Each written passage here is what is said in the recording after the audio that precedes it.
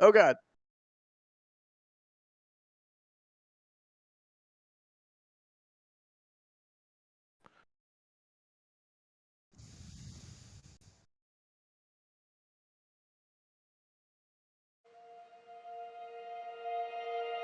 And here we go.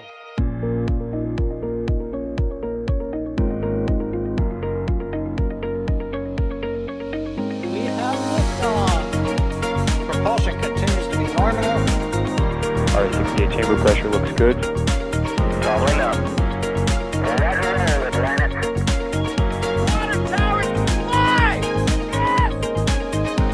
Tango down to nominal. Fighting downside FD off. Bring in FD off. It's orange!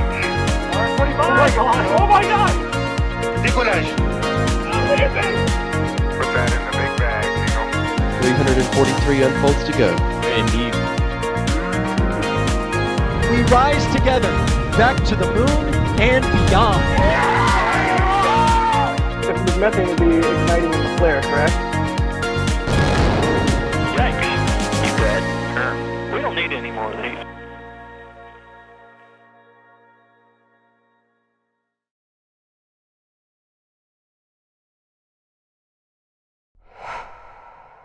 Hello and welcome to SpaceX's 138th launch of the year and final launch of the year.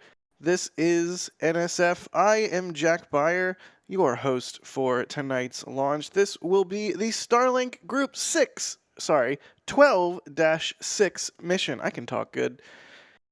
Luckily, I'm not the only one talking. I'm joined, as always, by our ever competent cohort of co-hosts. Starting off with Sawyer. Sawyer, how you doing, bud? It's weird not being in the host seat. I kind of like it. It's going pretty good. It's always great when there's a rocket out on the pad at 39A, especially. And what a way to send off 2024. Yeah, not a bad way to do it. You know, if only they had delayed like 24 hours. No, don't say that word. Don't say that word honestly, either. I think we all want. I think we all want to be reveling in the new year tomorrow. So, hopefully things go well tonight. 56 minutes and change to go. We'll talk about all that good stuff to come. But of course, we also have people in the field. I don't know who's on comms and who's on cameras. We might have both Max and D on comms. Let's go with D first. D, are you there? Yes, I am here and I am on comms and camera for tonight's Starlink mission. What an exciting night as we get ready to start the new year. Excellent. Thank you, D, for rolling out and getting us the views and being on comms. Also, doing the same, the one, the only, the man, the myth, the legend, Max Evans. That was like an explosion. Hey, Max. That was probably the most dramatic intro you probably could have done for me, Jack. That was spectacular. Thank you. But good evening, everybody, and welcome back to I have to say, beautiful night here at the Kennedy Space Center. And hopefully we are about to light off the first firework of technically New Year's Eve in just under an hour. Oh, man, I didn't even think about that. Oh, my God, it's almost 2025. Oh my God, it's almost what is time? 2025. Jack, it's almost 2025. All right, wait. We have lots of actual stream to get through before we go off the rails. So first, let me remind chat that if you have any questions, ask them in chat at NASA Spaceflight, and we'll see your questions pop up in some software we have running in the background. Also, thank you to Chris Atherton, I hope I'm doing that right, for operating today's stream. We have KMR and Jay, I think, shadowing tonight, but Chris operating today's stream. Chris A. So we have a Chris A and a Chris B now. We need to get a Chris C in here, and we'll have, we'll just work on the whole. Well, really funny since joke, we have you and D here from the Bacon stream, technically we have Crispy. Crispy. Oh, yeah. No, I got it the first time. Thanks, Sawyer. You're welcome. Good deal. All right, well, let's talk a little bit about tonight's mission. Starlink Group 12-6. Who wants to take it? I'm gonna look at you, Slayer, since you're our other studio voice. I'm doing great tonight. Also, looking at me, we're only doing this by voice, so that's actually impressive. By the way, I should have worn pants then. So, tonight's mission is yes, this is another Starlink mission, but it's not your ordinary Starlink mission, as I like to say. This is Starlink Group 12-6, which has more Starlink V2 mini satellites, which this is a mixed flight in that we have 8 of the V2 minis and 13 of the direct to cell enabled satellites as well. This one will be going into the typical kind of shell that we're used to in the southeasterly trajectory. For a while, we had all those northeast launches. We are back to going southeast on this one into a 43-degree orbit, and that will hopefully launch in just a little bit. There you could see the trajectory tonight going near the Bahamas and that area. And it would be cool if maybe we had someone down there, potentially, maybe, kinda, if there was a view, maybe? That would be nice. Maybe. Sorry, something in my throat, totally. We do have, I believe, Lon in the Bahamas tonight with a potential feed. We'll see how that goes. Yeah, it's But a big if, but it would be cool. yeah, always trying to try new things, and thank you to Lon for. I always say thank you to D and Max and everyone who rolls out in the field, but yeah, Lon rolling out to the Bahamas. Thank you to him for potentially getting us a feed tonight. We'll keep you guys posted. You'll see. I'm sure we will geek out about it if we get some views from further down south. But speaking of our views tonight, I'm gonna go with Max. Max, how's the conditions out there tonight? What's the vibe? So starting out with the weather, I think is would be the most appropriate topic to begin with. Weather right now is gorgeous. Absolutely crystal clear skies above us. We are seeing a lot of stars since the moon is not out, so the stars contrast really nice.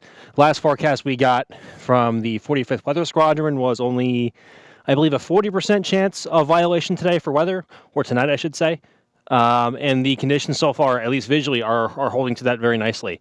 Temperatures, it's a bit muggy out tonight. I think it's around 70 degrees. And it is muggy as can be. So, but otherwise, it is looking great. Hard to ask for any better conditions for a launch.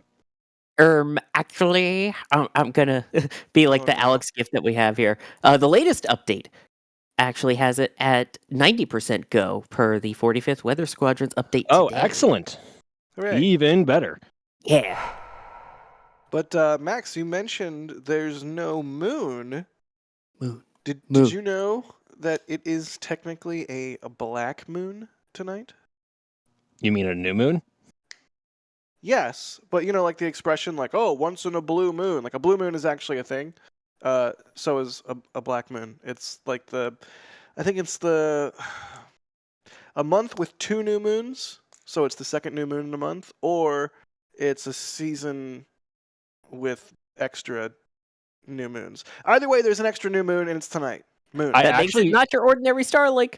oh gosh, actually, I did not actually know that. That's actually pretty interesting. Learn something new every day. Speaking of learning something new, David Rosenberger is asking, why is there already venting? We're not into fueling yet, right? So what's going on? D, explain, not yourself, explain SpaceX.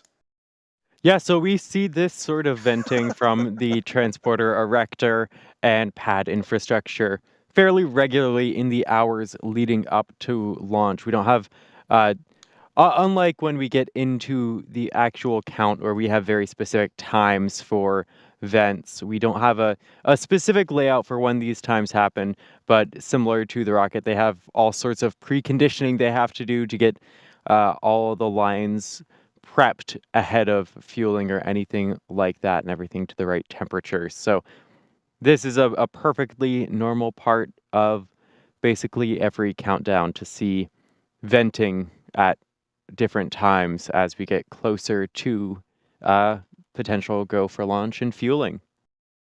Yeah, right. They got to condition all the lines, get everything the right temperature, make sure there's no FOD, make sure there's no gases that are not supposed to be where they're supposed to be, etc. So standard venting and purging type activities ahead of launch? Good question from David. Y'all, if you have questions, don't forget, you can at NASA Spaceflight in chat, and we'll see your questions pop up. By the way, when you say FOD, that stands for foreign object debris, basically any junk or crud or garbage left over by accident, or any potential remnants from fuels maybe left over from past attempts. Any junk that's not supposed to be there is FOD. Right. I mean, FOD could be a piece of like a bolt or something inside the plumbing that broke off, or it could be a bird tried to make a nest somewhere, or it could be, any number of things. But a lot of times you'll see purges of these cryogenic lines where they're just trying to, basically just blow out any debris that's in there that shouldn't be in there. I'm not saying that's what's happening here. This could just very well be chill down, but either way, point being, cryogenics flowing through pipes, you want to make sure those pipes are clean and the appropriate temperature to receive those cryogenics. All right. Joel Sapp is asking, how many flights has SpaceX done this year? It's 138, right, Sawyer? Yeah, the 138th launch, I guess the specifics go into, are we counting only Falcon family? Do we count the flights of Starship as well this year? So it depends on how you count that. If you count all of the Starship flights, then yes, we're at 138. Quite remarkable. So, that brings us to a question from the Angry Engineer YouTube asking, how many launches do you think SpaceX will do in 2025? D, how many launches do you think SpaceX will hit in 2025? We're putting our money where our mouths are right now. Where I'm holding you to it. I'm going to set a reminder.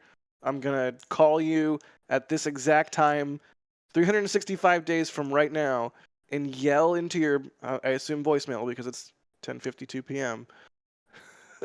Either you're right or you're wrong. What do you think? I have a very safe answer, which is over 150. I love that that's the safe answer. It does seem wild to say that over 150 is a safe answer, but I think that is a pretty safe answer. When you said safe, I immediately thought, okay, they're going to say over 138. But over 150, I think that's solid. That's bold but solid. Max, what do you think? How many launches does SpaceX hit in 2025? I'm going to be in the same ballpark, but I'm going to be a little bit more specific in the realm of somewhere between 150 and 170, which is again, like just like going off that last point, like seeing over 150 launches in a single year by a single company is absolute insanity. When just like 4 or 5 years ago, launching anywhere from 20 to 30 times was remarkable. And that just shows you the pace of progress that SpaceX has been able to evolve with and upgrade all of the Falcon infrastructure, and hopefully soon with the Starship infrastructure, both at Pad A and Pad B over at Starbase, and hopefully here soon at LC-39A with activity ramping up over at the Starship launch facility at the very pad that we are looking at now. So between Starship and the entire Falcon family being Falcon 9 and Falcon Heavy, I would say somewhere between 150 and 170. Not bad. Sawyer, care to weigh in? Yeah, I do actually. So I'm a little torn on this number. I'm going to give an actual number, not a range, not a more than. I will give my number. I'm going to go with 166. Here's the thing. It might be a tiny bit less because they are going to be ramping up the cadence, that's for sure. But with the same number of drone ships that we have, you're kind of limited on how much you can grow in that aspect. We'll definitely see more Starship. And as we saw this year, the more times that you fly Falcon 9, especially, the more of those 1 in 500 odds will happen because you'll have hit 500 plus flights kind of deal. So there's going to be, I'm sure, a couple more anomalies. The question is how quickly they get resolved and how quickly they get back to flight with those. So that's why it could probably be more, but I'm going to go 166. All right. Well, we'll see if you win. Maybe you win, but maybe you don't win via Price is Right rules. Wait, Jack. I have an answer. A very specific one, and some of you may be very pleased to hear it. Are you ready? What? 154. I was gonna say it, but I thought the number was too low. Not bad. Oh, and we do have. I'm being reminded in our back channel. We do have a tweet or I guess a post on X, the Everything app, from none other than SpaceX CEO Elon Musk saying next year Falcon is aiming for more than 150 flights, and noting, note that he's saying just Falcon more than 150. And fun fact that X post is quote posting our very own space enthusiast Ryan Caton. Pretty neat. Oh, jeez. Pretty neat.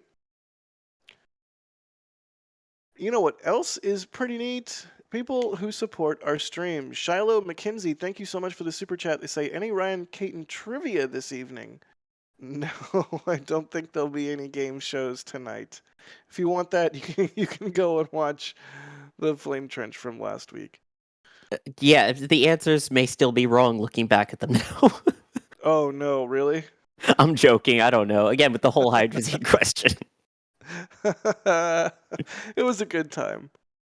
Hey, PSLV, which launched earlier today. It was I had to laugh when they talked about the tetroxide and the unsymmetrical dimethylhydrazine. They used the term, and I just laughed. Good times. Definitely check out last week's Flame Trench if you have not already. 435 Rocketry is asking, does Falcon 9 shrink when fully loaded with fuel? I'm going to go ahead and say yes. Technically, yes. Remember It when is. Artemis 1 was happening and we could see SLS shrink in like time lapses and whatnot? I was just going to bring that up. I mean, so just by the properties of thermodynamics, any material that is brought down to a colder temperature, just because of the laws of physics, will shrink a certain amount.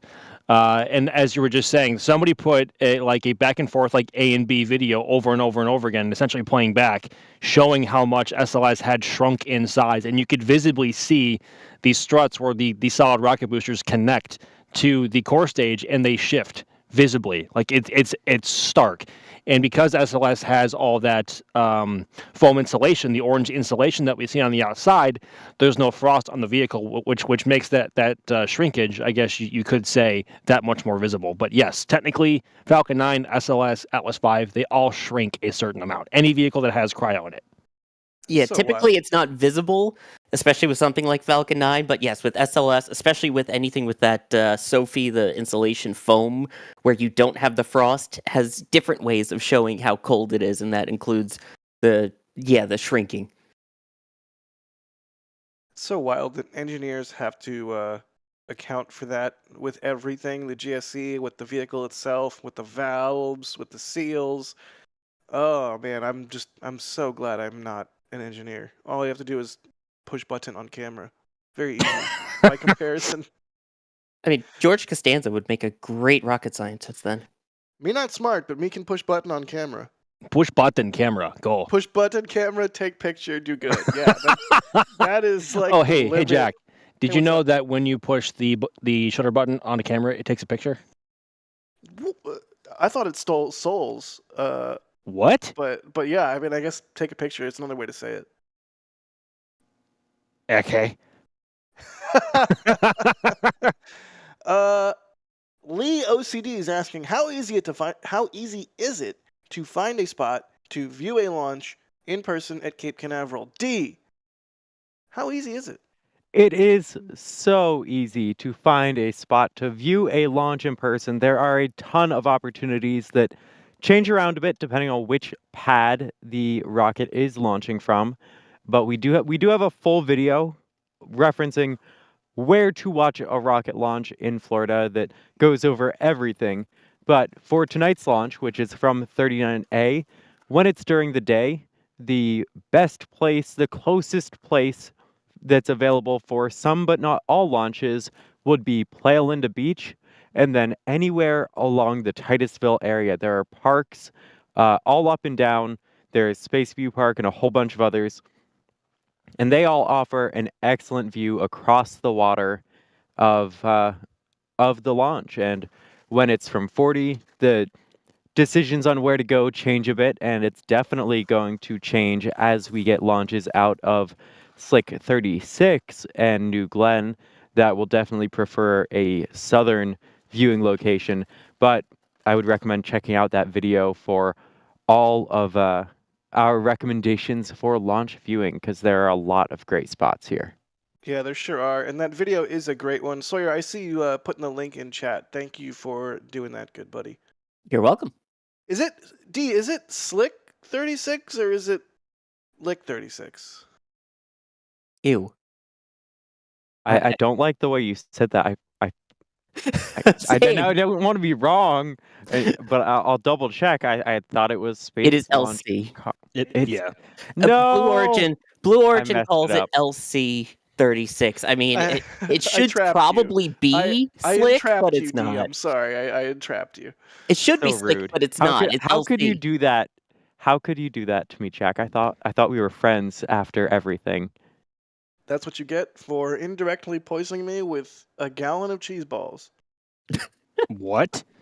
Don't worry about it. I left them there. I expected there to be some when I came back to Starbase, and it's not my Oh. fault that they were all gone by the time I returned. Not a month later. Oh, Pshaw. Randall Newark in chat saying frogs are bats. Make of that what you will. hurts? Wait, R or or?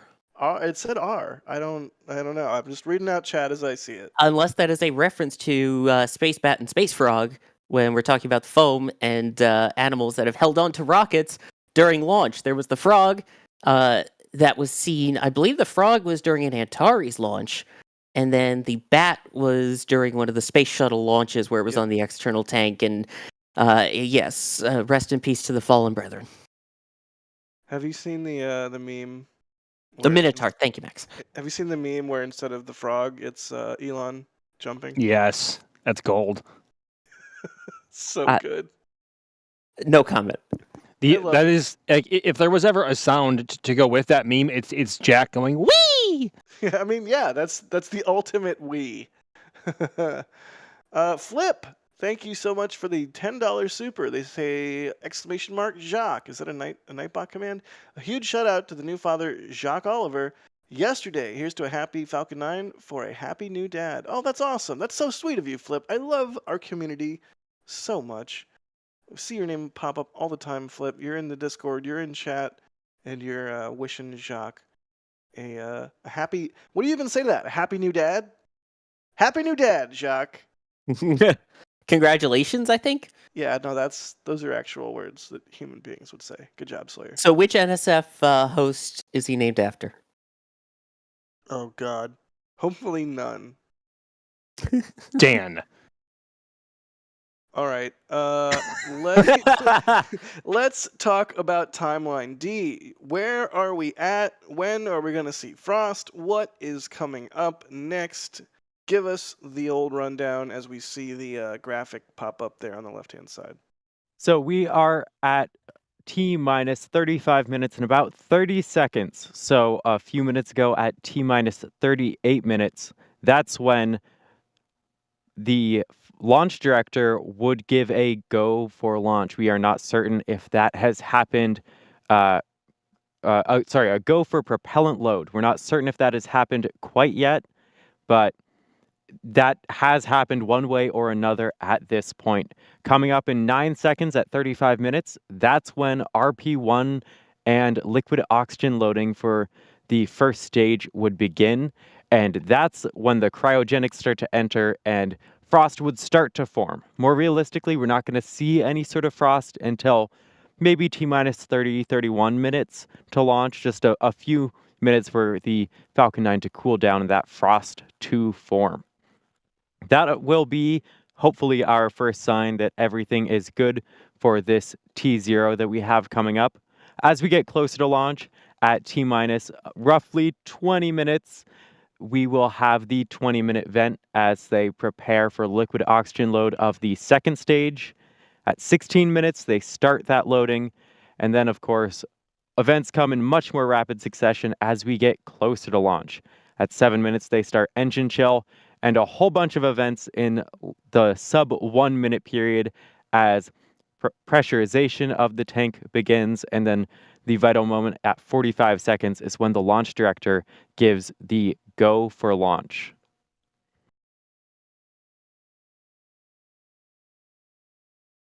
Talking while muted? Talking while muted. Yeah, talking while muted. I'm sorry. Appropriate Thank for the you. last of the year. You know what? It wouldn't be an NSF stream that I hosted without that. But thank Certified you, Dee, Jack moments. for the rundown on the timeline. Speaking of certified Jack moments, John Cook is asking, what was your favorite NSF stream of 2024, and why was it Jack's interview of Don Pettit?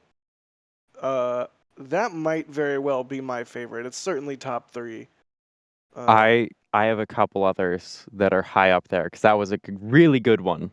The road trip stream was really special. I don't know if you were going to say that one.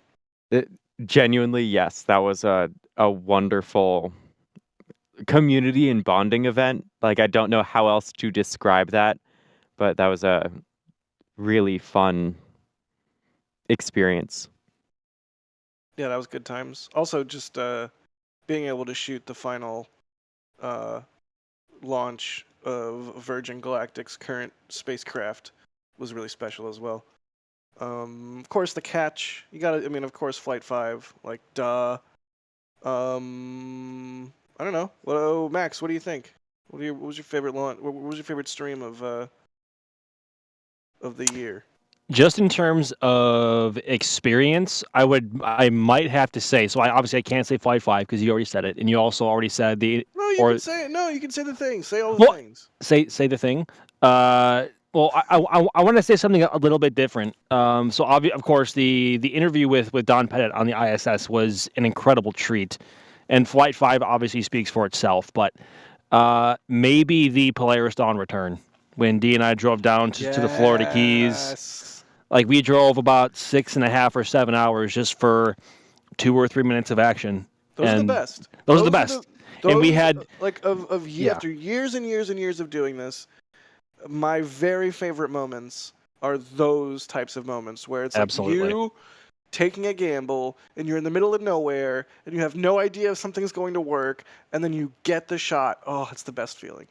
And the view out there was about as clear as you could ask for. And even though it was toward the tail end of plasma around Dragon during atmospheric reentry, it was just incredible. It was incredible. There's no other way to put it. Props definitely to you and Dee both for being able to capture that. Just because, there was a month or 2 ago, a Dragon entry that was just barely visible from Starbase. And yes. I saw it. I was out trying to shoot it, and I saw it, but it was so fleeting and so hard to get a focus on and the right exposure and yada yada. Like, by the time I was all dialed in, it was just a bright orange dot. The plasma trail had faded. So the fact that you guys nailed it so thoroughly and the stream was so sick. I don't mean to be too self-congratulatory, but no, you guys, that was a really special one for sure. I'm glad you called that out. Another that was part fun. of that made it so special once it happened was, like, we got to the point where we thought we weren't going to see it.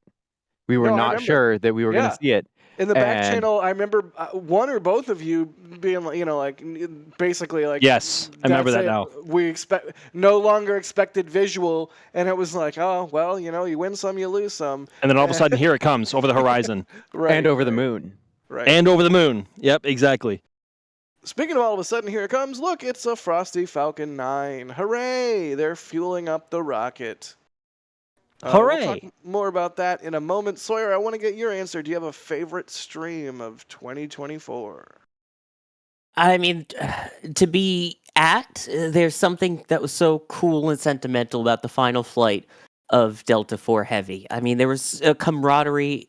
I feel like all of us on that stream, especially with Adrian and everything, just knowing that it was the last one and getting such a beautiful send-off. I think that just had the most emotional impact on me stream-wise. I think one of the best is still as much as the return was awesome, but Jack, when it was you and I waiting 3 hours for them to finally open the hatch, but when Jared stepped out and then Sarah went out and we got to watch that EVA happen live, That was really special. that the connection that we all had of that crazy hour just made it that much better. It's been a really good year for spaceflight, and it makes me so excited because 2025 is only going to be better, you guys. Like, we're only getting started here. This is awesome. Who wants to talk about recovery? What's going on with recovery on today's mission? Who do I'll you go ahead want? and take that one. Oh, Sawyer. Go for it, Max. Roger that. So, supporting booster recovery downrange today is the drone ship Just Read the Instructions. It is the second oldest in the current fleet that SpaceX has for Falcon 9 recovery. So that is stationed around 600 kilometers downrange in this case, southeast of the Cape, north of the Bahamas, and even farther downrange from that, supporting fairing recovery, is their vessel Bob. So, business as usual for a Starlink mission. Talking about muted again, Jack? You know what? Pobity's nerfed, all right, Max? Pobity's nerfed. Wow, Pobity's That's a nerfed. good one. that's a new one. That was clever. It's really not. It's like, it's so old. Let's talk about the booster for tonight's mission. Sawyer, tell us a little bit about this one. Is it so old? How old is it? It's so old it has a -16 at the end. This is 1078-16, which started off its life carrying crew to the ISS with Crew 6, followed by O3B mPOWER 3 and 4, or B, whichever you want to call it, Starlink 6-4-8-16-31, USSF 124, 6-46-53-60, 10-2, 10-6. We get into Bluebird, Starlink 10-3, 6-76, and now, tonight, 12-6. As mentioned, this will be on Just Read the Instructions, with Bob recovering the fairings. And the last time this rocket flew was just about 34-ish days ago. Nice. Yeah, if all those numbers were a lot to you out there in listener land, just suffice to say, a couple customer missions, a couple government missions, and a whole bunch of Starlinks. It done fly a lot. It done did do that. You're right. Well, that answers Viper's question as to how many flights 1078 has under its belt. Thank you for that, Viper. Kurt Kirito is asking, why does the upper stage use ablative cooling instead of regenerative cooling like the first stage engines? I imagine that comes down to cost. Like, you're going to get a first stage engine back so you can have more expensive regeneratively cooled parts versus a nozzle you're throwing away. You might as well make it a single use ablative. Does anyone want to refute me or agree? Cool, good talk. I'm not entirely sure. I mean, I don't know if it's ever been explicitly said why there's the difference. But I think logically that would make sense. If you don't need to replace the ablative material, then yeah, you can get rid of it. Yeah, I mean that would just logically that would be my guess. I'm sorry, I think we were all expecting an Alex length response with all of the details to that. Apologies that was a short one. No worries. Chris Nett is asking, what do you have planned for 2025? New cams, new launch pads, new shows? Leak? No, we're not going to leak. Suffice to say, a lot. It's going to be a good year. Well, we could definitely say new year, new Glenn. Oh, new Glenn! I'm so excited. Yeah, I may or may not be working on a video related to it ahead of the launch, and forgot how ridiculously powerful this stuff is. Just gotta say. It's a beast, and it's big. People don't realize. Yeah, and it's funny because it's not a Falcon 9. It's a very large rocket. size is more comparable of New Glenn to SLS than it is any of SpaceX's Falcon fleet. Which, if that does not put it into perspective, I'm not sure what will. That's New Glenn remarkable. is a big girl. Yeah, That even is though it's remarkable. 7 meters in diameter, it flares at the bottom. So the bottom part where the engines are is the same diameter as SLS. Yes, Yeah, the core stage at least. I don't Yeah. know if they call that the boat tail, but they should call it the boat tail. Like that. I think that's a term of art from the automotive world, or maybe the boating world. I forget what that section of New Glenn is called. I know where the fins are. That's the forward module. I'm not sure. Is it the skirt? I'm not entirely sure. Probably, but I want it to be called the boat tail, just like nostalgically. Yeah, me too. All I do know is that I cannot wait to see that and Falcon 9 in port. Oh my goodness, yes, Sawyer, you're right.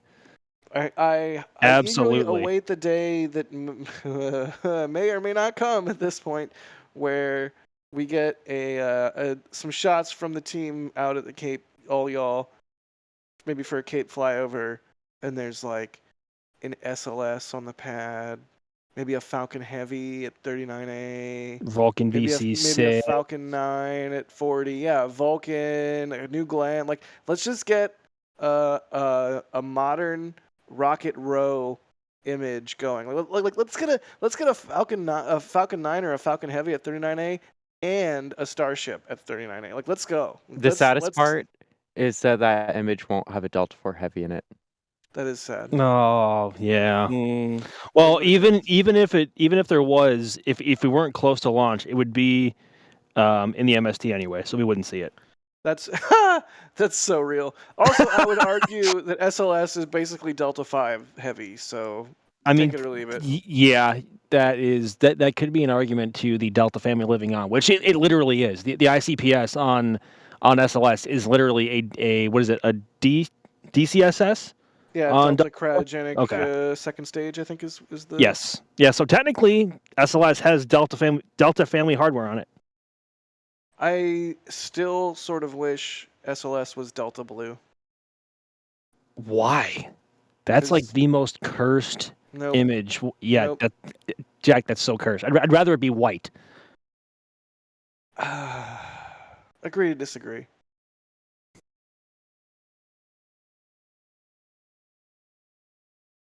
Let's see.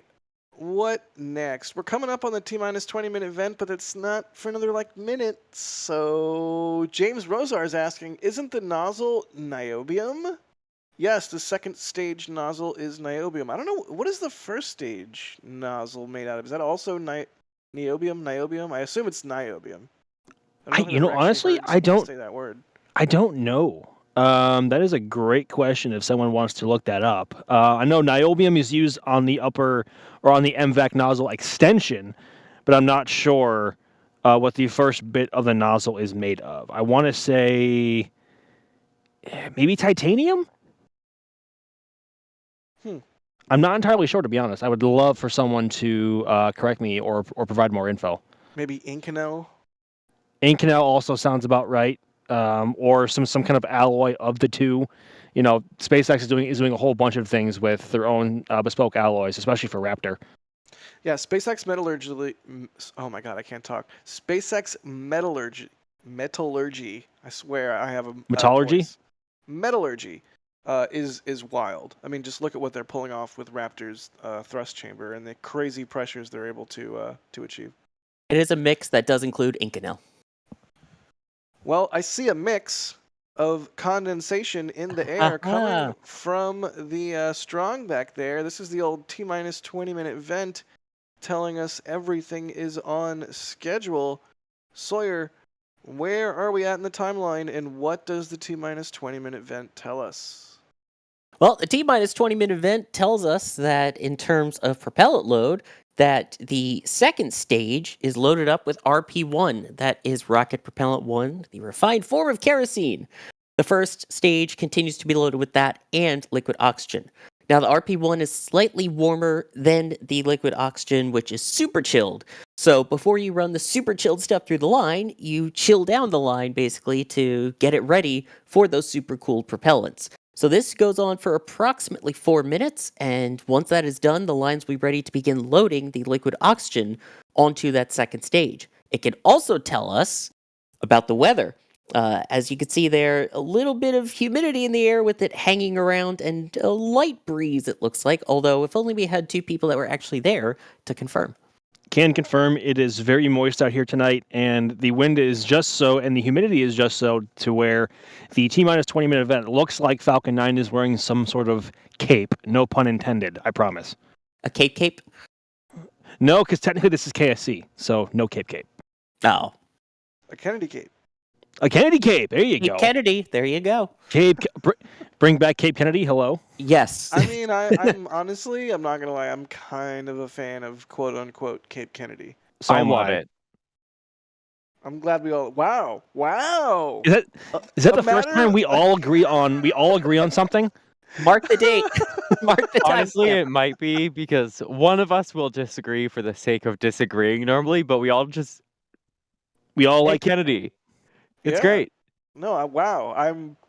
My guest is flabbered. I don't know what to say. We all agree on a matter of opinion and taste. Wow. Chris Net asking, why no TWIS, SBU, or DAS Daily Update this week? Because it was the holidays. Forgive us. We're only human. Yeah, we try and give some people breaks during the holidays, although I think Chris Bergen would argue otherwise. But yeah, and SpaceX would also argue otherwise. Yeah, no kidding. There is a Starbase summary coming tomorrow.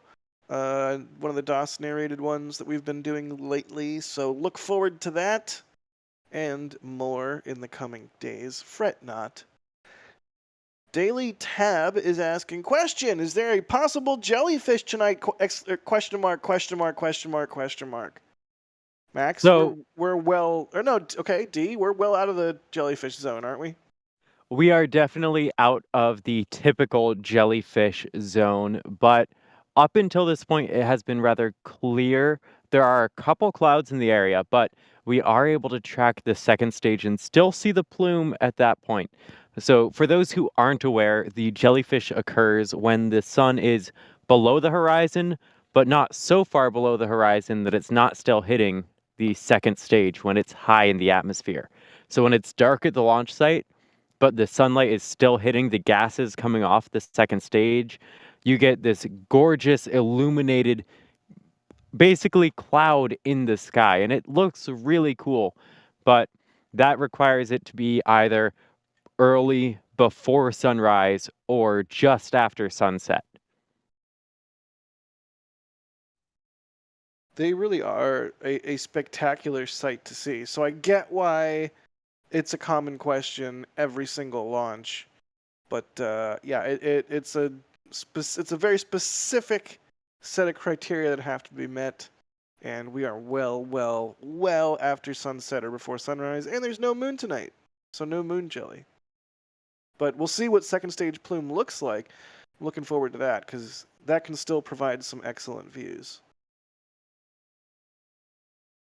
The diabetic kid is asking, do the fairings just glide down to the ocean under parachute, or do they have some sort of RCS and cold gas thrusters? Both. Yes. Technically both. It's Yep. both, right, Max? It is both. So each fairing, both the active and the passive half, the active being the fairing that pushes against the other to separate them, both fairing halves are equipped with RCS thrusters to maneuver themselves before they re-enter the upper atmosphere, and then they have parachutes once they get down to a certain altitude and or speed to glide and splash down in the Atlantic or Pacific Oceans for recovery aboard Bob, Doug, or the other vessels that support Vandenberg flights. So, both. There you go. Thank you, Max. You're not welcome, Jack. I can hear the life just draining out of you. Starlink Group 12-6. Looking forward to another 21 Starlink satellites getting lofted into orbit. Sawyer, it's a mix of DTC and regular Starlinks, right? That is correct. Yes, of the Starlink V2 minis, there are 8, and 13 of the direct to cell, which that should be hopefully booting up more in 2025, being able to just use the satellites to your phone to get internet. I sure love the future sometimes. So, one thing that I guess of note at the press site today is the flag is at half mast, right, Sawyer? Yes, it is. That is in remembrance of Jimmy Carter, who was the former president of the United States, which, as much as, people have been remembering him and all of his humanitarian work and, Habitat for Humanity, he played a major role in the space program. The space shuttle program was about to be canceled in 1977 or 78. Yes, after Enterprise was already built. There were a lot of discussions about how it was going to take a big influx of money in the short term to get shuttle actually up and running. There was arguments of it's not worth it. Jimmy Carter heard another argument though that basically said, "Look, this is our national pride. The space shuttle will be the symbolism of the United States and its continued dominance in spaceflight. People love the idea of it. People love the look of it. So let's do it to make it a national icon." And 30 years later, that thing flew and is still people still call a launch a shuttle launch to this day, no matter the vehicle. Also worth note that a letter that was written by Jimmy Carter, then President of the United States, is aboard Voyager 1 as well. Yeah, very poignant to see that flag at half mast. I saw Demian in chat say it, and I agree. Eric has a really good article on Carter saving shuttle on Ars Technica. Check that out if you haven't already. Oh goodness, 12 minutes and change to go for SpaceX's final launch of the year, 138th. Really quite remarkable. What a year it's been for spaceflight. Well, speaking of what a year it's been for spaceflight, you know what we have out in the store Smooth. right now is the 2025 calendar. Yeah, that's right. It's in the store. In fact, the 2025 calendars. There's a Starbase specific one and a spaceflight specific one, as those of you who have seen our calendar offerings in the past may be familiar with. So yeah, the spaceflight one is more general spaceflight, all kinds of vehicles, and of course the Starbase one is a Starbase one. So yeah, all kinds of sick images in the calendar. Be sure to check it out in the store a little bit later than we would have liked to get that out, but you know what? We wanted to do it right. And speaking of doing it right, D snagging the cover on the Starbase calendar this year.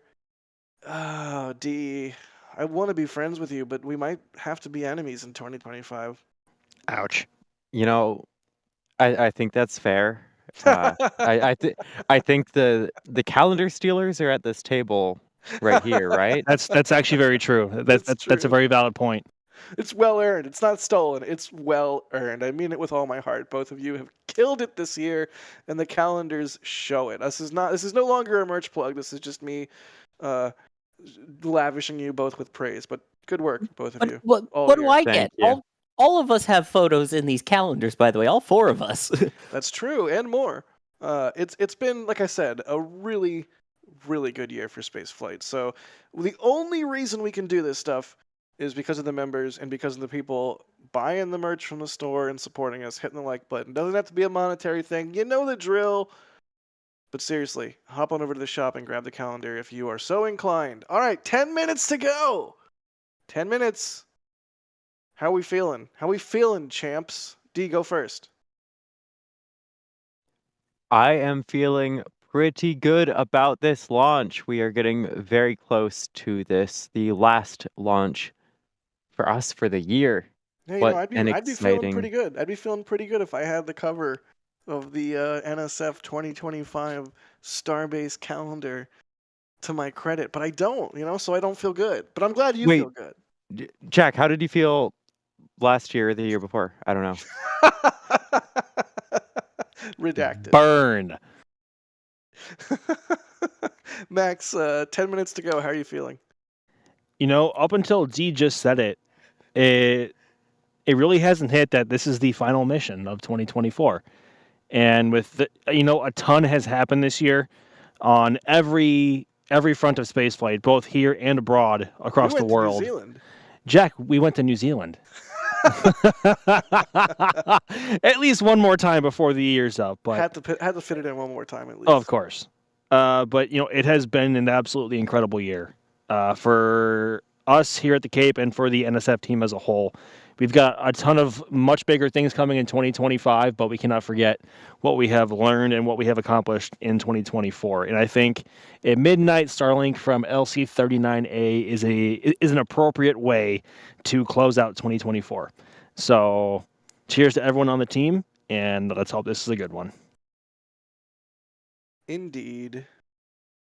Speaking of people allowing us to do what is essentially the coolest job ever, FFC T-Hawk, thank you for this super chat. They say, breaks, no breaks. New Glenn and Starship launches soon. Love you guys. RC Horseman, what's up, buddy? Thank you for gifting 5 Red Team memberships. Raleigh Ray, becoming a Red Team member. Ryan with a $5 tip. They say, Flight 7 lens rental fund for Jack. Congratulations, D, for cover flex. And I appreciate that. I actually need to figure out my rental this time around. Also, Robert grabbing the calendar and Jason grabbing the calendar. Thank you both for that. Sawyer, how are you doing, buddy? What's the vibe right now in Sawyertown? It would be fantastic, festive, and frosty as we get closer to another part of the vehicle getting frosty, in particular, the engines as we come up on the chill down of the 9 Merlin 1D engines at T-minus 7 minutes in anticipation of the crazy loads of propellants that will about to be flowed through them as they get ready for launch and to prepare them for the temperature change that they will experience. Excellent. Excellent.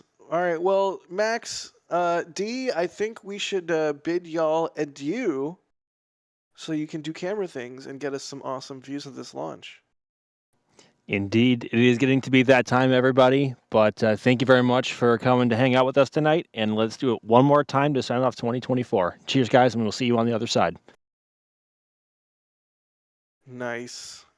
All right. Well, Max and D are going to operate the cameras for us. Sawyer, it's just me and you, buddy. Oh boy, that's dangerous. I mean, admittedly, it would be more dangerous if it was just you and Max, but I think this will work too. Must resist urge to talk bagels. Well, I mean, we can talk locks at least as we continue to talk about the liquid oxygen, the RP1 loading into the vehicles, which will start wrapping up in a few minutes. Nice. Nice work. I'm trying to bring it back. Ravshan is asking, what are the bets on New Glenn's future among other Cape launchers like Falcon 9 and Falcon Heavy, even Starship? I think New Glenn's got plenty of work to do, plenty of manifest. It's got a bright future. I don't know. What do you think, Sawyer? As we get so very close to this final SpaceX launch of the year. I mean, you're talking a 7-meter diameter payload fairing, one of the largest payload fairings ever made. So plenty of payload room. There are a lot of people that want some big, heavy satellites in space, especially military partners, that will be very happy to take that launch provider, especially compared to, the 3.4 diameters of the payload fairing area here for Falcon 9. So it's a little bit larger, that's for sure. It's huge. So there will be purpose for each. Definitely not a competitor to Falcon 9, but a competitor in its own right. Absolutely. Under 5 minutes to go. Where are we at in the timeline? Well, at this point now, we should be coming up momentarily on Strongback Retract. So that white structure there that you see towards the right side of the rocket, that will unclamp from around underneath the payload fairings and lean back a whopping 1.8 degrees. While it may not sound like a lot, it's enough to be out of the way ahead of the launch. It will throw back completely once they hit T0 so that it's out of the way of the worst of the fiery stuff from the engines. That transporter erector, by the way, carrying a lot of things to the vehicle. It helps bring propellants, it helps with data connections. It also even provides, I like to call it air conditioning to the That's a satellites on thing. board. Yeah, no, that's a thing. Climate control is a thing for Yeah, sure. it's the climate control for the actual payload area, but I just call it the air conditioning because Florida. I mean, it makes sense. Oh my goodness, you guys are absolutely roasting the store right now. I think did you break the panel? I think the panel might be broken. John, thank you for grabbing a calendar and the kind words. I don't know if this is actually going to show on screen. Hopefully I'm not showing broken things right before launch. But Sean, thank you also for grabbing the calendar. Jackie as well, grabbing both. And Samara and James as well. Samara says, I love watching you guys take off with my mom and brother Russell. I love galaxies. From Nadia, I'm 8. Nice. Thanks for watching. Thanks for staying up. What better reason to stay up than watch Starlink satellites blast into space? You know, yesterday, was it yesterday? What is time? Yesterday, Sawyer, I went to a museum in Dallas to kill time while I waited on a flight I got rebooked on after my flight got canceled. And at that museum was Apollo 7. And it's just like sitting there. And you can walk up to it. You can touch it. Which it was such a historic first unlock as flow we get to complete. this historic last of the year here. Yes, for Apollo 7.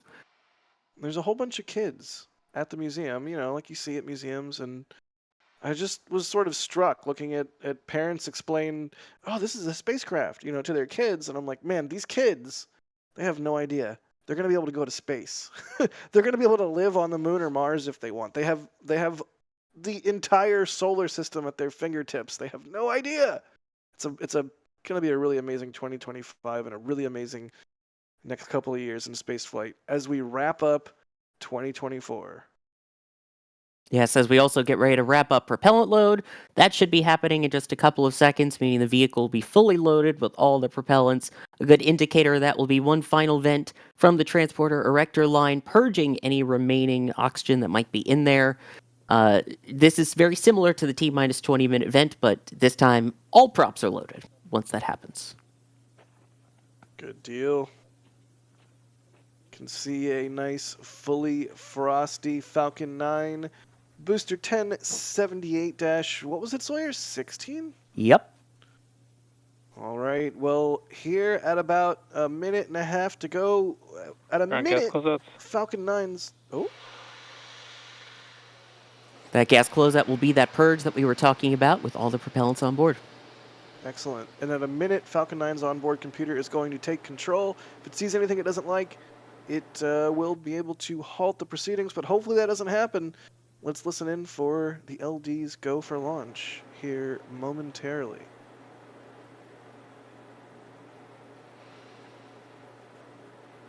Falcon What a 9 beautiful is in sight. startup. There you go, Falcon 9's in startup. That means its computer is in control.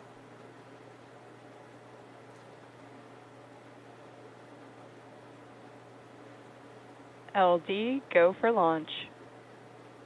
Fantastic. That is what we wanted to hear. They are go for launch. Roughly 30 seconds or so to go.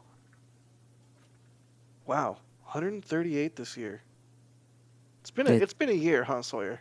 It has been an unbelievable year. This is a beautiful way to send it out, and hopefully you'll get to hear as well as see a mighty roar to end 24. T-minus 10. Keep your eyes on the base of the pad for the deluge. There it goes. It's starting up. Look for the flash of ignition any moment now. There you go. Ignition. And liftoff of Starlink 12-6. 21 more Starlink satellites on their way to space. SpaceX's 138th and final launch of the year. Let's listen to those Merlins roar.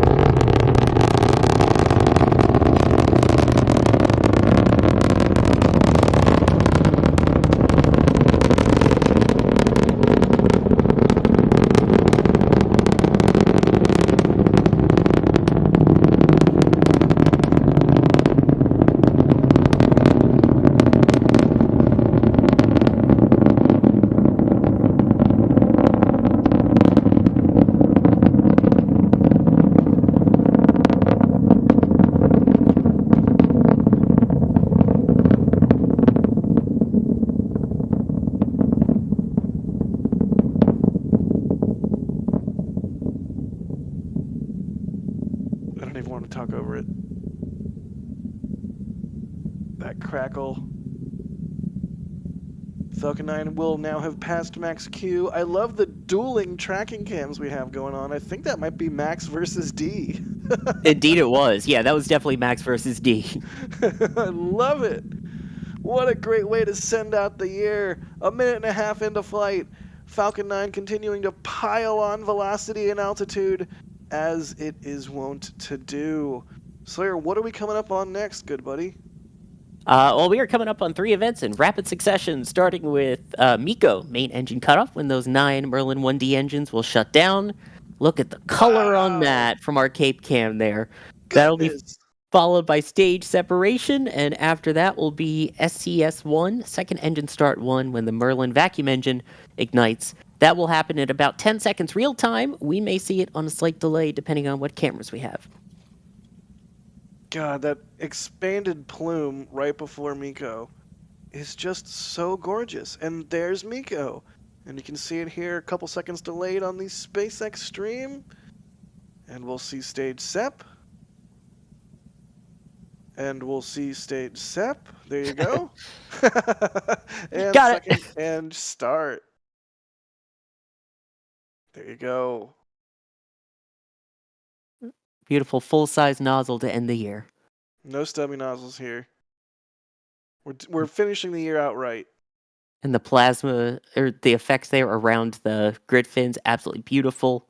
Yeah, you can Gotta love that. briefly. Yeah, there you go. You can see how the first stage is getting roasted by the second stage's plume. And here comes payload fairing separation. Oh, I love fairing sep. Here we go for fairing sep. Whee! That's what it actually would sound like if you could hear in space. Honestly, I think it just sounds like clunk, like a very large, significant latch coming unlatched. But Yeah, because it's worth noting that there are 2 different kinds of fairing halves. There's an active and a passive. One that actually does the pushing, and the other that receives the push. And that's how they separate away. yeah, there is an active and a passive half. All right. Reminder, by the way, want you those are going to continue on downrange to be recovered and used again. So that Both is vehicles are on a nominal hopefully trajectory. not their final flight for Bob to go pick them up, as both vehicles continue on nominal trajectories. Both vehicles, nominal trajectories. All right, watch the telemetry now. The first stage is on the left, second stage is on the right. First stage is reaching its apogee, 117 kilometers in altitude right now. 1 more kilometer in it? Maybe. Meanwhile, the second stage is just piling on velocity. At this point, it's going mostly horizontal and trying to get to an orbital speed. Look, first stage still at 117 kilometers. It's just hanging up there. I think that was its max. Or maybe it's frozen. Hello? Did someone call me? Oh, hi, Max. Was at its max. Okay, that Highest was point in pretty its good. orbit max. But yeah. That was actually pretty good, Max. I golf clap. Thank you. I appreciate your golf clap. Do you? No. I didn't think so. It's unfortunate. What I really appreciate is the enter burn coming up in a little over a minute from now. Yeah, that's gonna be nice. Speaking of nice, Max, how was that launch? How was it? Last launch of the year. Last launch of the year, baby, and that was spectacular as always. I mean, launches from LC-39A are always spectacular, and the noise, because of the amount of moisture in the air right now, the sound energy from all 9 Merlins carried so well. We felt it like all the way in our bones tonight. That was absolutely spectacular. You just cannot go wrong with a launch from Pad A. So that was spectacular, and hopefully we got entry burn coming up here in just a few moments. But see some plasma building up. Oh yeah. You can see now the first stage is rapidly descending and piling on velocity. Oh, Both vehicles continue to follow a nominal trajectory. is that from Lon? Oh, Is that from Lon out in the Bahamas? It looks like it. Oh my gosh. Bahama Cam is live. I love it. That's awesome. That is so cool. Thank you again Stage 1 entry so burn much to startup. Lon for getting Stage this, 1 getting us this FTS view. has safed. I think That that's actually is- the second stage he was able to track there, it looked like. That was indeed. That is nifty. Second stage continuing to cook. First stage doing its entry burn. There's Oh, there's the first entry burn. one. Nice. Wow. Yes. You love to see it. Well done, Lon. Love to see it. Oh, that There is it so is. good. Stage Look one at that. entry burn shutdown. You know, it's not that I've never wanted to go to the Bahamas. In fact, I've really wanted to go to the Bahamas for quite some time now. I think Stage I might need 2 to plan a FTS trip. has safed. Gorgeous. The question No. is, will he be able to see the actual landing burn? I think he might be able to see the first part of it before it goes over the horizon. Maybe. I so hope so. It looks like he's focusing on the second stage right now. He's less than, I think, 50 miles away from where the landing will be if the back channel is leading me to believe the correct thing. So I this hope is- that's this is miles a- and not meters, because if it's 50 meters, then he's a little too close. this is just a really exceptional treat. I'm super happy about this. So hopefully we get to see landing burn here Stage 1 transonic. shortly. Stage 1 transonic any moment now. Question mark. We'll see what we can see. Again, on, Lon Lon. continuing to get that second stage, unbelievably. Come on, Lon. I believe in you. I believe in you. Get the landing burn. Believe in the heart of the cards. The landing Yu-Gi-Oh! one landing Reference burn. layer. Nice. burn. Entry burn is underway. So he would see it right now because two, his internal feed's a little bit guidance. ahead. Right. Maybe. Looks like he's maybe sticking to not. stage 2. Oh, Stage 1 landing leg deploy. Here we go. Drone ship views. Nice. bullseye. Stage 1 landing confirmed. I wasn't. Was waiting for it. I didn't even say bullseye. It's not even Right. what I said. Well, Good deal. booster now with a dash 17. Successful landing. Yeah, for those of you that don't know, the booster, that was its, 16th flight? But once those foot pads MVAC touch shut down on down. the deck, it gets incremented. MVAC shut down on the second stage, and we have a venti strongback. Look at it go. That's the view we want to see on launch day. An empty pad. That's right, Titan 3C in chat. I see you. I see you. Dare we say, Das's favorite view. It's a good view. It's a great view. Speaking of a great view, this one came in right before launch, and I didn't want to sully the pre-launch flow, but it's exceptional. Christian, I'm a terrible person. Christian Turpet, thank you so much for the $50 tip to tips.nasaspaceflight.com. That money goes directly to us. There's no middleman. There's no 30% from this company or that company. So tips.nasaspaceflight.com. Christian doing it right. Thank you so much. They say thank you to the entire NSF team for all your amazing work here in 2024. Your coverage has been exceptional as always. I wish the entire NSF team and everyone in chat a happy new year. Wow. I mean, it's really wild because we get to do what we want to do. I think we all want to be covering rockets, and it's something that we've somehow made our jobs, only because of everybody's support. And not only are people enabling us, they're thankful to be enabling us. It's the most humbling thing ever. Thank you so much, Christian. Frosty, thank you so much for the super chat. They say out here on the beach outside of Patrick Space Force Base, watching it live in person. Nice. Hopefully you get a Perfect. great view. Yeah, that's a good spot. James, do they still have the sodium vapor lights, like all those really orangey street lights around there? As I believe it depends on turtle nesting season, which they're out of at the moment, if I recall. I believe that's March to November, so don't know. Don't take away my sodium vapor, Sawyer. I don't like those LEDs. Don't take it away, okay? For what it's worth, when we have been out there at night in season, I have not seen any of those around. The what, turtles or the sodium vapor lights? The lights. But during the season, they actually turn off the lights on the VAB for that very reason in particular. Huh. Interesting. Yep. James, thanks for grabbing the calendars from the store. They say purchased one of each. Thanks for making. Thanks for buying. Philip, thank you for grabbing the calendar. They say Happy New Year. And Tyler, grabbing the Flight 6 patch. They say Jack. Oh, God. They say Jack needs a kilt and the collection begins. Thank you. Thank you, I guess, Tyler.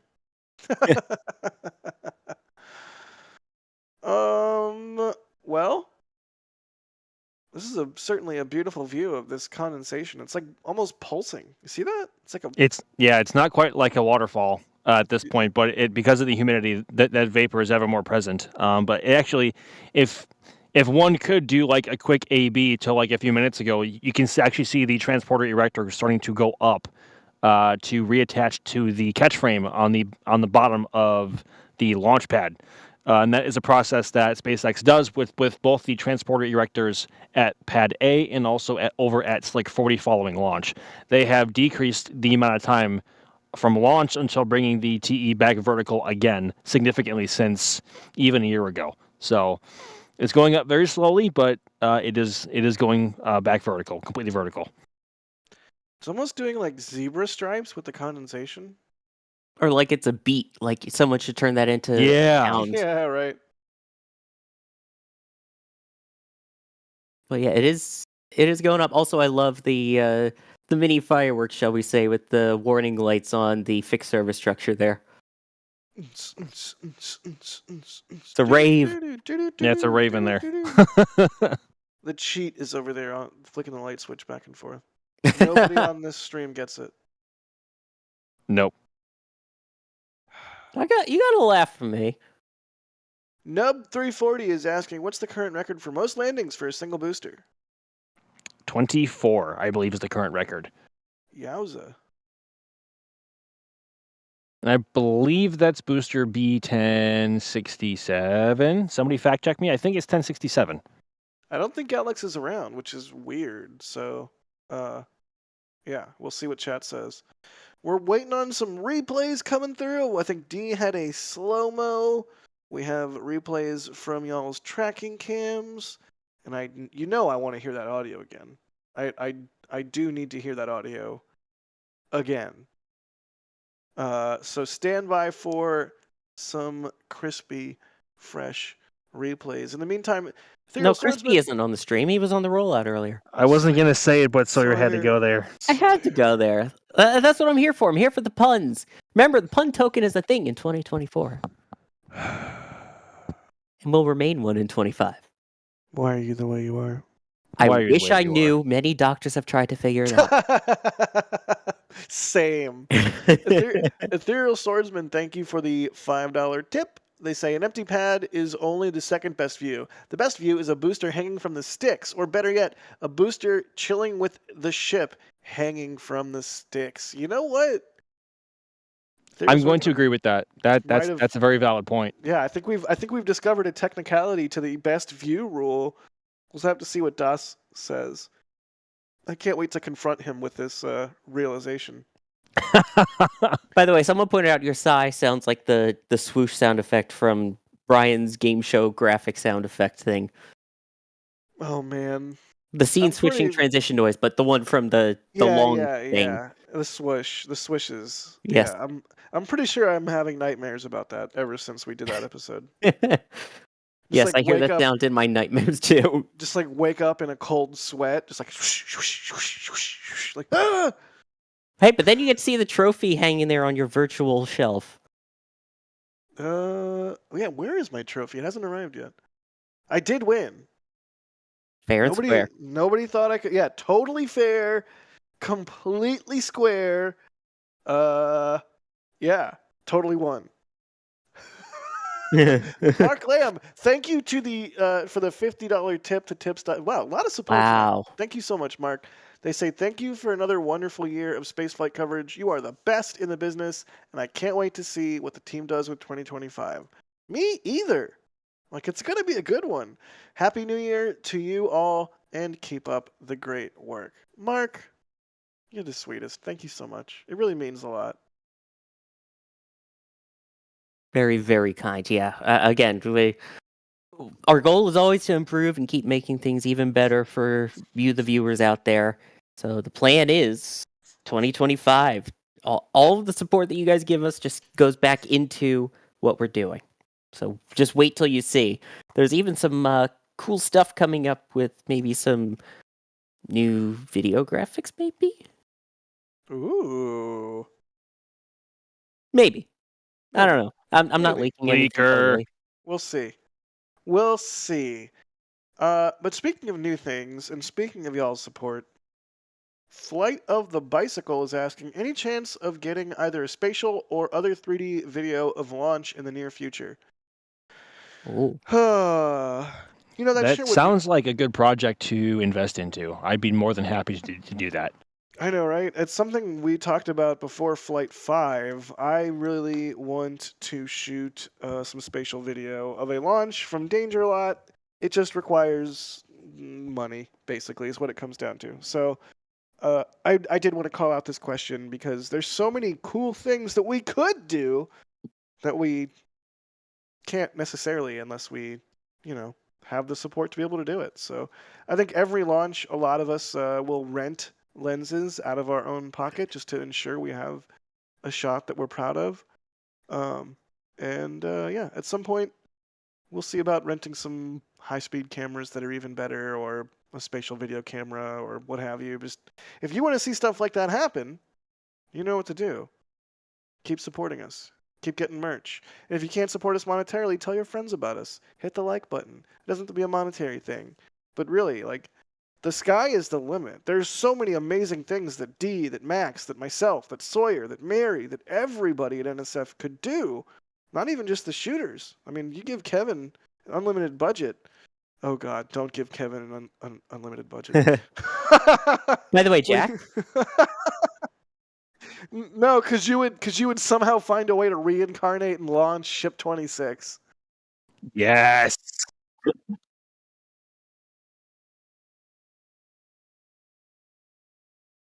by the way, All right, I By the changed way- my mind. Give Kevin an unlimited budget because he said cameras. Kevin, can I get an Ember? Let's Can I get it go. first? Jack, No, Jack, me. Seniority sky is- rules. Jack, you're wrong. The sky is not the limit. We literally cover space. Come on. It's really, how long Wow. were you waiting, Sawyer? Like Good 5 2 minutes. minutes? There was Well, enough. 2 minutes. There was enough enthusiasm behind that where I feel like Sawyer There has was. been waiting years for that There was- opportunity. there I was was a lot the of moment you said it, I was waiting for a moment to jump in, but then you mentioned unlimited cameras and every single photographer went nuts, which I would go crazy too. Speaking of going nuts, hey, do we have replays? Oh, it's a Nice. Jack Sigh. Nice work. Nice work, Chris A. All right, this will be from the old Fleet Cam over on Space Coast Live. Not Space Coast now. Who was that? Was that Max? It might have been me. just a little chuckle. I do love this view. I love the wider views because it's more akin to what you would see with your actual own two eyes. Artificial sunrise coming up. And So when it's not live but it's a replay, is it Space Coast Replay? Yes. Also, oh Jay in our back channel saying Fleet Cam, aka Fleety, which No. yes, it's No. Fleety. It's No. Fleety. It's Fleety. No. It's It's not. Fleety. It's not. It's not. None of the three of you were NSF when Fleet Cam was a thing, when it was a secret project and nobody but management knew about it. It's Fleety. And you are not on the Space Coast anymore, so you do not get to call it Fleety. I'm calling but it I Fleety. was with NSF when Space Coast the other Space Coast Live cameras came about. Okay, fair. And that was a secret project before that went live. I That's did know true. about that one. Fleety. Looks like one of the Here, you hot wanna add a- robots Hut Robot coming up yep. now. By the way, you Looks want to like add a Y to the end of something? It's located on top of the restaurant Rusty's. Rusty's? It ends with an E, right? Rusty? Rusty. Rusty? Yeah. Rusty's, yeah. Yeah, Rusty's. It's a great place to get a meal. And you can see Fleet Cam. Yes, you actually can see the camera. Please But don't yeah, throw Please don't the throw port- food at Fleet Cam. No, but the port is honestly a great spot to view a launch from too. My favorite Jack, is when now it goes you said behind it. one that's vertical. Oh, Now you said it. Max and I are gonna have to go clean up the camera. You can't say those things. Excellent. don't worry, Gary the Grackle's Florida cousins do plenty to make that neat and cleaning. Yeah, is that Garu? Oh, what's his name? What are they? I What I does think it's Gage call the Garu. bird there? I think it's No, Garu. Hugo. Hugo the Pelicans. That's right. Yeah, it's Hugo. yes. Wait, then which one's Garu? Gage has too many birds. Those are probably the seagulls. Maybe. Oh, love the view where you could see the turn basin in it too, like that. Absolutely beautiful. Another And hut lamp. if we look carefully on the horizon, it looks a little frosty or hazy. That's how much moisture is in the air right now. Currently, that's all fog. You know? It's a very humid night here in Florida. Everyone's like, oh, fog, Vandenberg, oh, fog, fog happens everywhere, you guys. It's not Yeah, just but at a least we can Vandenberg see thing. the rockets here. Imagine Yeah, the we had a replay great from Vandenberg. I don't know why. I don't know why I do this. That was probably the deepest sigh I've ever heard you take on stream, Jack. Are you okay? I don't know why I do this. Oh, I love you can see it going through the cloud. Just follow how the clouds are lit and you get to see the trajectory. Thanks, Kevin. Moving the cameras there, but we'll get a really good shot of this one, that orange color. Again, the color is something that is so hard to describe. Behind the clouds is spectacular. Then you see the plume as it expands and you see more of the oranges and then the blue towards the tip at the end there. The color gradient is unbelievable with these Carolox launches. This is a KMR track, very rare. It's an artisanal, non-GMO, cruelty-free track. Actually, I think it's probably an extra cruelty track. It's cruelty free, that we know. No, it's a turbo cruel track. Extra cruelness. But by the way, those lines that you see streaking by, those are stars. You're a star, Sawyer. Oh, thank you, Jack. So are you. Goodness gracious. Yeah, I Max- guess you are one too, Max. Max, we were in New Zealand. Jack, we were in New Zealand. Hey, look, another replay. This also looks to be, this might be KSCO1. What does that mean, Max? Pretend I'm not a very handsome, funny, smart person, and pretend I'm a big dumb idiot. What does KSCO1 mean? Luckily, I don't have to pretend. No, KSCO1 is just our main tracking camera over here at the hut at the Kennedy Space Center press site, and that looks to be the angle that this one was coming from. Yeah, that is our auto track. So this is a computer doing the tracking as opposed to Kevin. Good deal.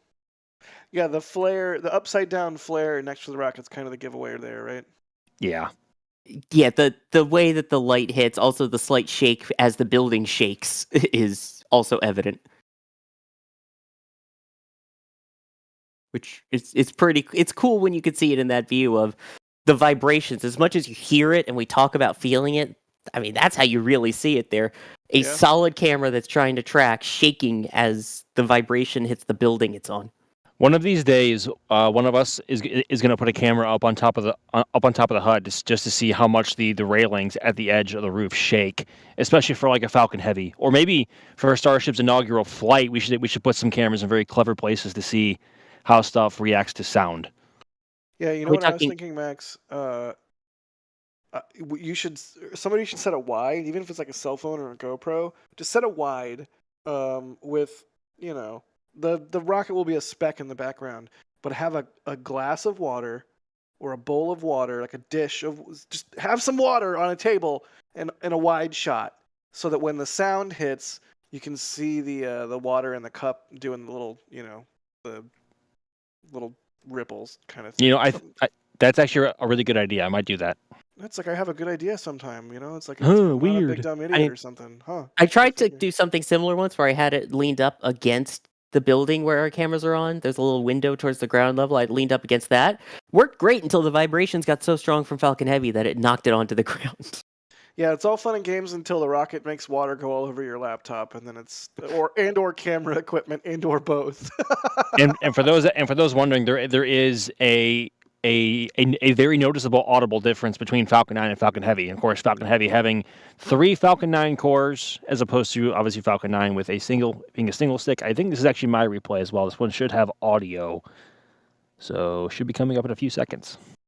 Yeah, speaking of how sound affects things. Oh, well, I'm Max. I've seen Falcon 9 and Falcon Heavy, and I know the difference.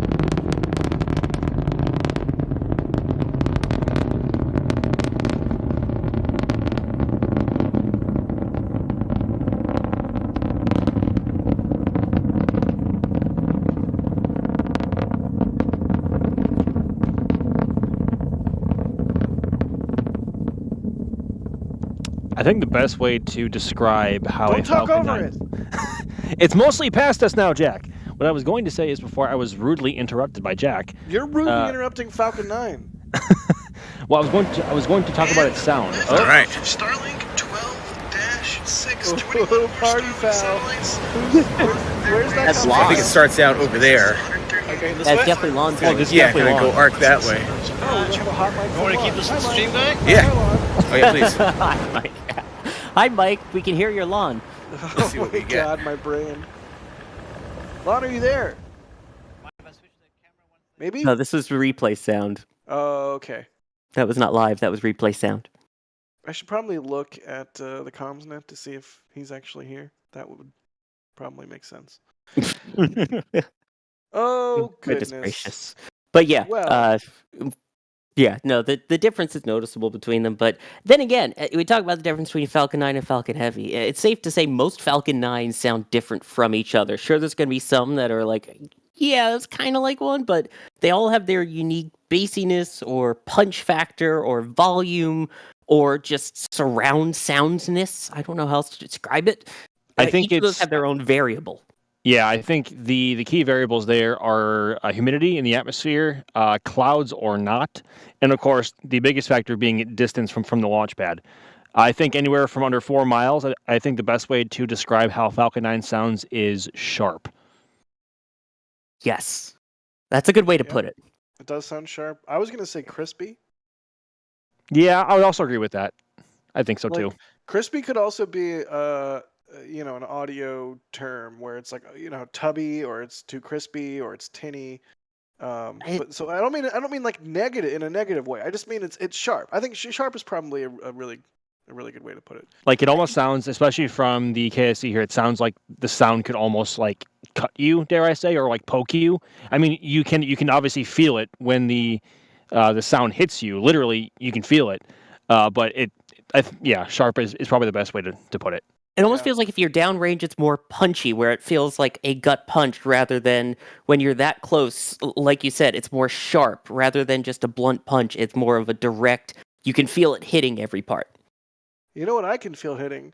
The love from our viewers. Anonymous grabbing a calendar. They say, I love watching you. Chef Ty Barney Ballard.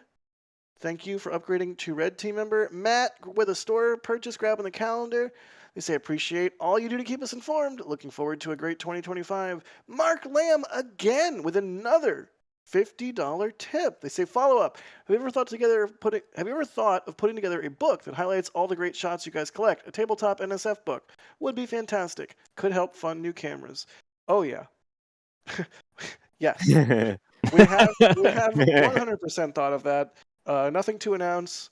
Nothing really even in the works. But rest assured, there will be many ways in which we can utilize all of the amazing imagery that all of the fantastic people that work for NSF have collected over the years and will collect in the coming years. So stay tuned, and thank you for all of the support, Mark. And Also, saying everybody- volume 1 of X, by the way, don't mention bad rockets in here. You had to bring back 1X. Sawyer, are you with the Cirque du Soleil? Because that was a stretch. Oh, look at this. The puns are going both ways. That's when you know it's the end of the year, end of the show. Anonymous also with a purchase of the calendar, thanking us for another year of space launches. Chat. I guess this is it. This is the last NSF stream of the year. Is that how this works? Unless they roll out a ship tomorrow, I guess. Chat. We have the best community. It's wild to me. It's wild to me that we get to do this. I'm just forever thankful that we live in a new space age and we get to drive the hype train careening down the rails of time to a multiplanetary society. I don't even know what I'm saying anymore. Max, thanks for being on. Thanks for doing a great job with cameras on this stream and throughout the year. It has been a pleasure as always, everybody, and thank you very much, as always, for coming to hang out with us for one final time in 2024. Yeah, it has been an absolutely insane year, and I cannot wait to see what 2025 has in store, not just for us, but for the spaceflight community and the actual industry as a whole. So stay tuned, buckle up, because 2025 is going to be a ride. Max's info is there in the top right. You can follow him on X, the Everything app. Be sure to do so and DM him that the Stubby nozzle is bad. Also on tonight's stream, D, thanks for being on and grabbing us some awesome coverage and footage throughout the year, as well as tonight. Of course, it is always a great launch, and what a wonderful launch to end out the year this has been. You can see D's info there on the top right. Everybody should DM D on Twitter that West Coast is best coast, because I know D agrees. Sawyer! Agreed. Thank you. Sawyer, thank you for being on and sharing your wisdom and flexes and puns with us throughout the year and coverage. Oh, yeah, that too. No, it's an honor to be part of NSF. Another year in the books with such an amazing team as part of an amazing group. And we have one of the best communities in the business. That's what makes this so much fun. So as we get ready to see new rockets fly in 2025, we are all ready to jive. Till next year. Sure. Also, Chris A., thank you for operating the stream. I'm Jack Beyer. Y'all, what an amazing 2024. Rest assured, 2025 is going to be even better. Thanks again for watching throughout the year. Thanks again for supporting us, even if it's just hitting the like button or watching the streams. We love you for it, because we love what we do. Now let's watch this amazing slow-mo from D and get ready for an amazing next year in spaceflight. See ya!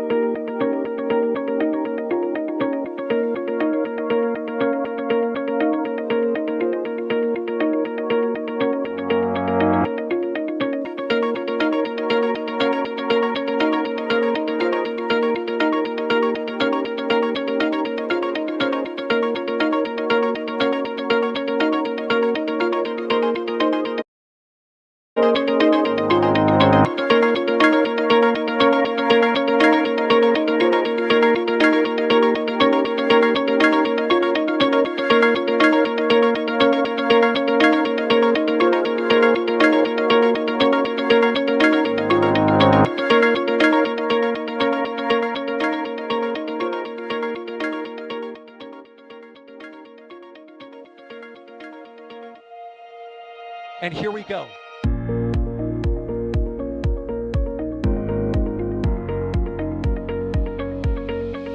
We have liftoff. Propulsion continues to be normal. R68 chamber pressure looks good. Following up.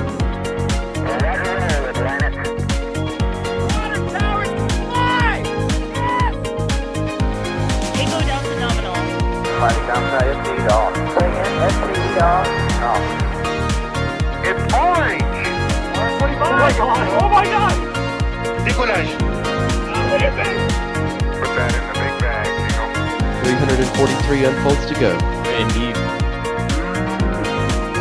We rise together back to the moon and beyond. If the methane would be igniting in the flare, correct?